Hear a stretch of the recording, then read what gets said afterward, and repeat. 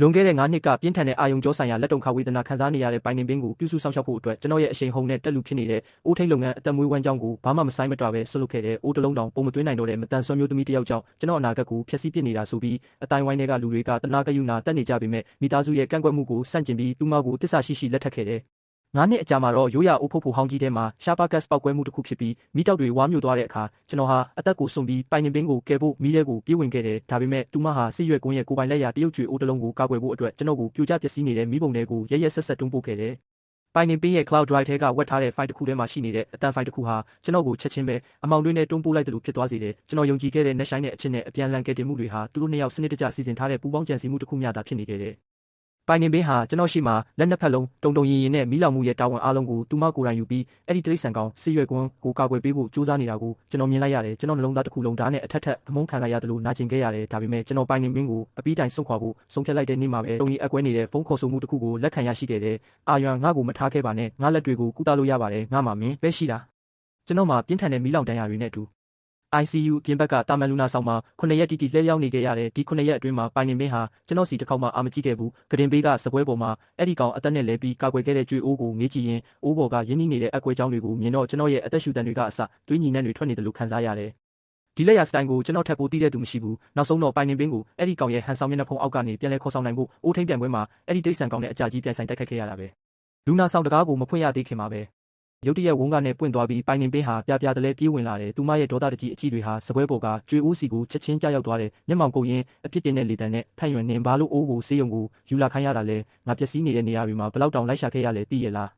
ားပိုင်နေပင်ဟာမောဟိုက်နေပြီးပုံမှန်ဆိုရေခွက်တစ်ခွက်တောင်မြဲအောင်မကင်နိုင်တဲ့သူမရဲ့လက်တွေဟာအခုတော့အလွန်ဖြက်လက်နေပြီးကျွန်တော်လူယူသွားမှစိုးရိမ်တဲ့အလားကျွေအိုးကိုအတင်းလှမ်းဖက်ထားတော့တယ်တေချာတာပေါ့အရာအလုံးကဒီကြွေထဲအတွက်ပဲကျွန်တော်ရဲ့လက်ထောက်လျှောက်ဝန်သားဒီအိုးကိုဆေးရုံကိုစောစောမယူလာပေးခဲ့ရင်သူမဟာခင်မုန်းဖြစ်သူကျွန်တော်ကိုပြုစုဖို့စဉ်းစားမှာတော့မဟုတ်ပဲအဲ့ဒီကောင်ရဲ့ပြခန့်အသစ်ဖွင့်ပွဲကိုဒီလက်ဆောင်ဝန်ကြီးကိုကိုင်းပြီးတက်ရောက်နေလောက်ပြီးဆေးရုံကပတ်တီးလဲပေးတဲ့သူနာပြုတွေဟာဒီမြင်ကွင်းကြောင့်လက်ဖြတ်သွားကြတယ်ကျွန်တော်တို့ကိုအေးဆက်ဆက်ကြည့်လိုက်တယ်သူနာပြုတယောက်လက်ထွက်မှာကျွန်တော်ကြွေအိုးရဲ့အောက်ခြေကိုလှမ်းဖမ်းလိုက်တယ်ပိုင်နေပင်ဟာအိုးကိုအတင်းဖက်ထားပြီးကျွန်တော်ကိုပါကုတ်တဲ့အောက်ကိုဆွဲချပစ်လိုက်တယ်ဟေးလူနာမိသားစုဘာလုပ်နေတာလဲလူနာနံရိုးတွေအခုမှကောင်းခါစားရှိသေးတယ်အားဆိုင်လို့မရဘူးသူနာပြုရဲ့အော်တန်ဟာလူနာဆောင်ထဲမှာပဲ့တင်ထက်သွားပြီးပိုင်နေပင်ကတော့မျက်လုံးတွေနီရဲကကျွန်တော်ကိုအတင်းတွန်းလှန်နေလုံးပဲနောက်ဆုံးတော့ကျွန်တော်ကိုယ်တိုင်ပဲရွေးတဲ့အပြုံးနဲ့လက်ကိုလှုပ်ပေးလိုက်ရတယ်သူမဟာအိုးကိုအောင်မြင်မြင်ကာကွယ်နိုင်ခဲ့ပေမဲ့ကျွန်တော်ကတော့အရှိန်နဲ့ကရင်ဘောကနေအေးဆက်လာတဲ့ကျမ်းပြင်ဘောကိုပြုတ်ကျသွားခဲ့တယ်ကျိုးပဲနေတဲ့အယိုးတွေစီကနာကျင်မှုဟာတကိုယ်လုံးကိုနှိပ်စက်နေပေမဲ့ဒီရုပ်ပိုင်းဆိုင်ရာနာကျင်မှုကနှလုံးသားထဲကမွန်းကျက်မှုတွေကိုအနှဲငယ်တက်တာစေခဲ့တယ်ပိုင်နေပင်ဟာအိုးကိုပွေ့ဖက်ရင်ကျမ်းပြင်ပေါ်မှာချွေးစေးတွေထွက်နေတဲ့ကျွန်တော်ကိုထိတ်လန့်တကြားငေးကြည့်နေမိတယ်သူမလှုပ်ရက်ကိုသူမရုပ်တရက်သတိပြုမိသွားပြီးချက်ချင်းပဲတုံရင်ဟန်ဆောင်ထားတဲ့အဲ့ဒီလက်တွေနဲ့ကျွန်တော်ကိုထူဖို့ကြားစားပေမဲ့ကျွန်တော်ကတော့ယွန်ရှာစွာနဲ့မျက်နှာလွှဲလိုက်တယ်သူမရဲ့လက်တွေဟာလေထဲမှာတန့်သွားပြီးအနေရခက်စွာနဲ့ပြန်ရုပ်သိမ်းသွားခဲ့တယ်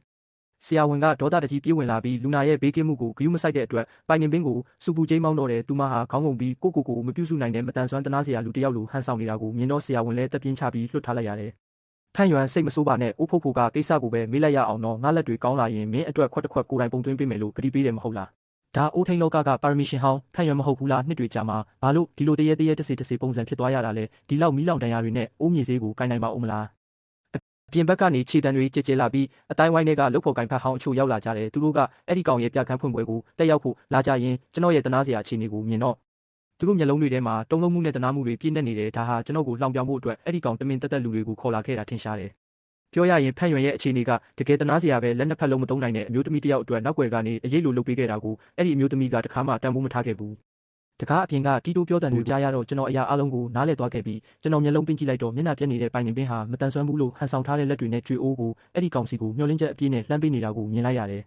ဒါဟာအစကတည်းကလှည့်စားမှုတက်ပဲအဲ့ဒီကောင်ကအိုးကိုယူပြီးရွေးတဲ့ပုံစံနဲ့လေထဲမြောက်ပြရင်ကျွန်တော်ကိုလှောင်ပြောင်တော့တယ်ကျွန်တော်ဟာအခုတော့ဇနီးကိုတောင်မထိန်နိုင်အိုးဖို့ကိုလည်းမစီမံနိုင်တဲ့ရှုံးနေသူတစ်ယောက်ဖြစ်သွားပြီလို့လူတိုင်းရှိမှကြီးညာနေတယ်လို့ပဲထွက်သွားကြကျွန်တော်ကိုအယူလုပ်ခဲ့တဲ့အဲ့ဒီလူနှစ်ယောက်ကိုမကြည့်ချင်တော့တဲ့အတွက်မျက်လုံးမိတ်ပြီးလုံခြုံရေးခေါ်ကအားလုံးကိုမောင်းထုတ်ခိုင်းလိုက်တယ်ဒီလူရုပ်မှာနှစ်ယောက်ရဲ့လှောင်ပြောင်မှုကိုဆက်ပြီးအကြည့်မခံနိုင်တော့ဘူးအဲ့ဒီညနေပိုင်းမှာကရင်ပေါ်မှာမိတ်ဆက်နေတော့ဖုန်းတုံခါလာတယ်အခုတော့ထိတ်တန်းပြပွဲစီစဉ်သူတူဖြစ်နေတဲ့အတန်းဖော်ဟောင်းလင်းချူရင်ကကျွန်တော်စီအတန်ဖိုင်တစ်ခုပို့လာခဲ့တယ်အဲ့ဒီထဲမှာအဲ့ဒီကောင်ရဲ့မြူဆွဲတဲ့ရေမောတန်နဲ့ပိုင်နေပင်းရဲ့နာခံလာတဲ့အတန်ကိုကြားလိုက်ရတဲ့နင်းပင်းမင်းသူ့ကိုမင်းပေးမှာအပိုင်ထားပြီးမင်းအတွက်အိုးတွေလောက်ခိုင်းနေတဲ့၍ငါမင်းကိုငါစီပြန်လာဖို့လက်ခံမယ်ငါတို့ကအတူတူကြီးပြင်းလာတာပြီးတော့သူကမင်းကိုတိတ်ချစ်တာပဲဒီတစ်ချိန်တော့ငါ့ကိုကူညီပေးပါဘာပဲဖြစ်ဖြစ်မင်းအတွက်မနစ်နာပါဘူးဖန်ရွံဆိုတဲ့လူတော်ကြီးကမင်းကိုဖျားတဆူလိုကိုးကွယ်ပြီးတစ်သက်လုံးမင်းရဲ့လက်နှစ်ဖက်ဖြစ်ပေးလိမ့်မယ် လူနာဆောင်ထဲမှာအေးဆက်လုံးနဲ့တိတ်ဆိတ်မှုတွေစိုးမိုးသွားပြီးနှလုံးခုန်ဆက်ရဲ့အတန်ပဲပုံမှန်မြင်နေတော့တယ်ကျွန်တော်နှလုံးသားဟာမိထဲမှာပိုင်နေပင်ရဲဆက်ဆက်တွန်းထုတ်ခဲ့စဉ်ကထပ်ပိုပြီးအေးဆက်ခဲပိတ်သွားခဲ့တယ်မျက်ရည်တွေဘဲချိန်ကကြာလာမှမသိတော့ဘူးအဲ့ဒီကောင်ရဲ့စကားတခွန်းကြောင့်သူဟာငါးနှလုံးလုံးမတန်ဆွမ်းသလိုဟန်ဆောင်ခဲ့ပြီးကျွန်တော်ကတော့သူ့အိုးမြေဈေးကိုမကင်နိုင်လို့ငိုကြွေးနေတာကိုမကြည့်ရခဲ့ဘူးဒါကြောင့်နေ့ရက်တိုင်းနှစ်လ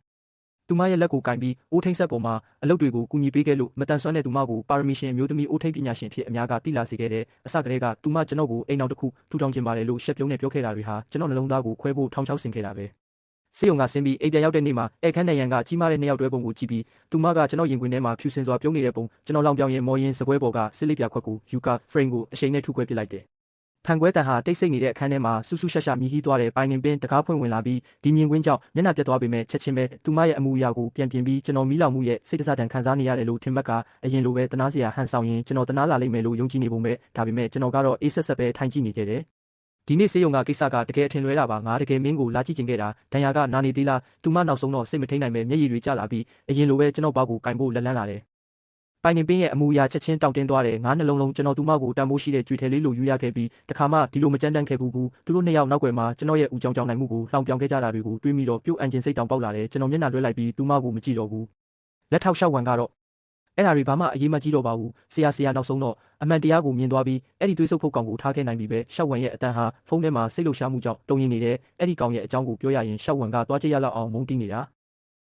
တာရက်အနှဲငယ်ကြတော့ကျွန်တော်အိုးထိန်ဆက်ရှိမှာပြန်ထိုင်ပြီးကိုပိုင်ဒီဇိုင်းပုံစံတွေနဲ့ပစ္စည်းတွေကိုကြည့်ရင်ကဘာချသွားတယ်လို့ခံစားရတယ်ငါးနှစ်လုံးလုံးပိုင်နေပင်းရဲ့ဟန်ဆောင်မျက်နှာဖုံးကိုတိဆောက်ပေးရင်းနဲ့နိုင်ငံတကာပြပွဲတွေမှာနာမည်ကြီးခဲ့တဲ့ဖန်ယွန်ကိုကျွန်တော်မေ့လျော့နေခဲ့တယ်အဲ့ဒီကောင်နဲ့ကျွန်တော်ကဆရာတူတပည့်တွေဖြစ်ပေမဲ့အချင်းချင်းမတည့်ကြဘူးသူ့ရဲ့မာနာထောင်ထားတဲ့အပြုတ်မှုတွေကိုကျွန်တော်မုန်းခဲ့တယ်အရင်ကပိုင်နေပင်းရဲ့လက်ကိုကဲတင်နိုင်ပါသေးလျက်နဲ့မြေဈေးအလေးကြီးတွေကိုတဲခိုင်းနေတာကိုမြင်တော့ကျွန်တော်ဒေါသထွက်ပြီးမြေဈေးတွေကိုလူယူကသူမကိုကာကွယ်ပေးခဲ့ဘူးတဲ့9နှစ်တာအိမ်အောင်တက်တန်းအတွင်းမှာအဲ့ဒီတုန်းကသူမရဲ့မျက်ဝန်းတွေကိုကျွန်တော်မမေ့ခဲ့ဘူးအဲ့ဒီမျက်ဝန်းတွေကြောင့်ပဲကျွန်တော်ကိုပိုင်ပြပွဲတွေကိုဆွန့်လွတ်ပြီးသူမရဲ့အရေးဖြစ်ပေးခဲ့တာအခုကြည့်တော့အဲ့ဒီမျက်ဝန်းတွေထဲမှာအချစ်မဟုတ်ပဲအကွက်ချတွက်ချက်မှုတွေပဲရှိနေခဲ့တာပဲ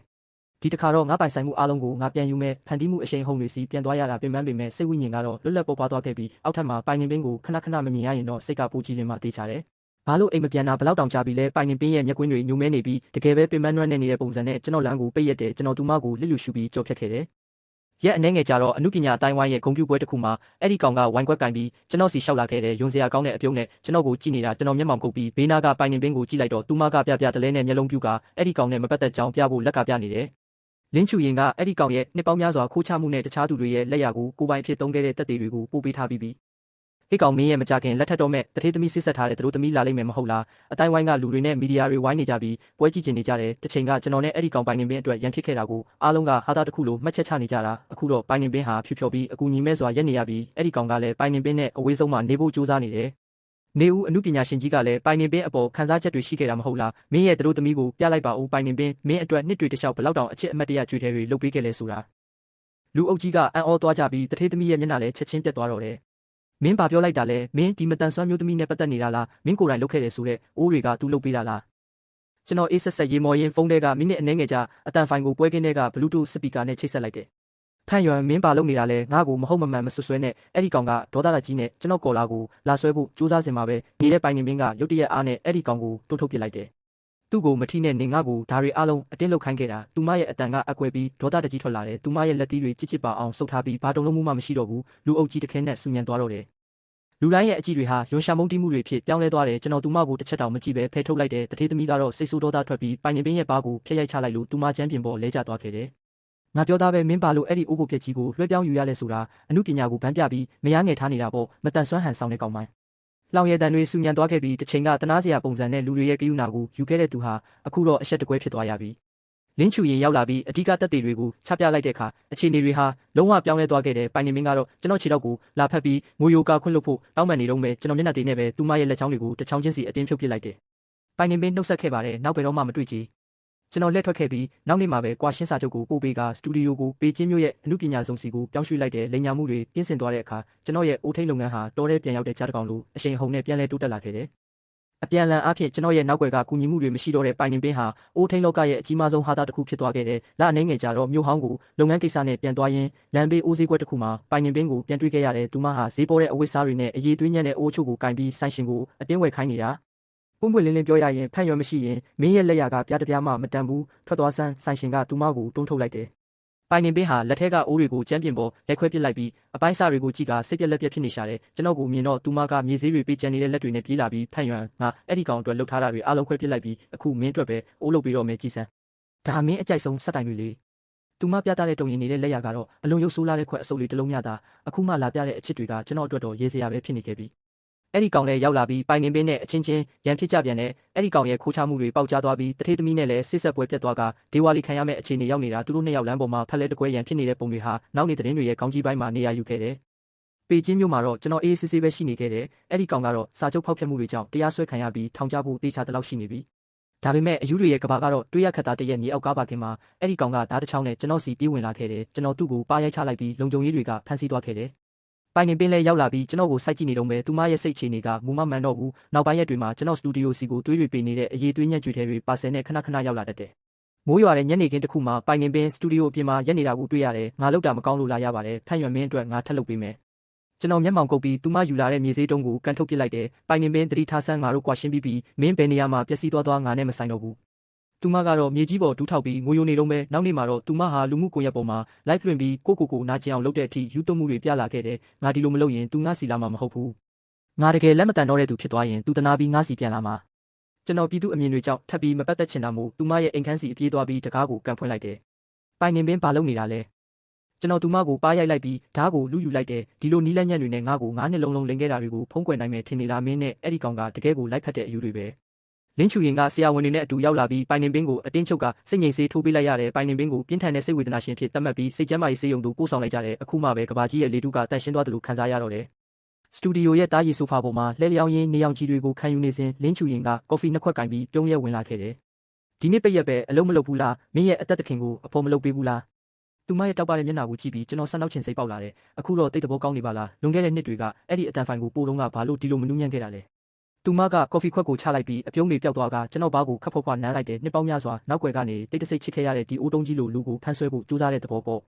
မဟုတ်ရင်သူမနိုင်ငံသားမှာရှိနေတဲ့နှစ်တွေတလျှောက်ခံစားခဲ့ရတဲ့တဝန်တုံမှုတွေနဲ့နာကျင်မှုတွေကိုဘယ်လိုပြန်ပေးဆက်ရပါမလဲကျွန်တော်ဘားပြင်ပေါ်ကနူးညံ့တဲ့အထီးတွေကြောင့်တခဏအတွင်းမှာပဲအုံနောက်တစ်ခုလုံးပတ်လန်းတိုးသွားသလိုဖြစ်ပြီးနှလုံးခုန်တန်တွေကလည်းထိမ့်မနိုင်သိမ့်မရမျက်စံလာခဲ့တယ်တက်လိုက်ခံရသလိုမျိုးနောက်ကိုချက်ချင်းဆုပ်လိုက်ရင်ရင်ထဲကတုံးလုံးမှုကိုဖုံးကွယ်ဖို့ကြိုးစားမိတယ်ဒီမျိုးသမီးဟာဒီလောက်ထိပွင့်လင်းပြတ်သားတမန်အရင်ကဘာလို့တခါမှသတိမထားမိခဲ့တာလဲသူမရဲ့ဘာမှမထောက်ချင်ပဲအော်ဟဲ့ရေမောတန်ကိုကြားရတော့ကျွန်တော်နည်းနည်းစိတ်တူလာတာနဲ့လက်လန်းပြီးသူမမရင်နိုင်အောင်ပါးကိုလှမ်းစွာကဲပစ်လိုက်တယ်လင်းချူရင်ရဲ့ရေတံကပိုတောင်ကျဲလောင်လာသေးတယ်သူမကရှောင်းလဲမရှောင်ပဲကျွန်တော်သဘောရှိလို့တမကိုငိန်ခံနေခဲ့တယ်သူမရဲ့ကြည်လင်တဲ့ရေတံဟာအခန်းထဲမှာကြန့်ရှိနေသေးတဲ့နောက်ဆုံးတော့ကအရေးရောင်တွေကိုပါမောင်းထုတ်ပစ်လိုက်တယ်လို့ပဲရှီလျာလာတဲ့မိုးရသည်ဟာလည်းနောက်ဆုံးတော့လုံးဝအုံတုံပြီးဆုံးသွားခဲ့ပြီးတိမ်တိုက်တွေကြားကနေနေရောင်ကြီးဖြာကျလာပြီးနောက်ပိုင်းရက်တွေဟာပန်းတွေဝေစားတဲ့တာယာလှပတဲ့နေရက်တွေကြီးဖြစ်လာပါတော့တယ်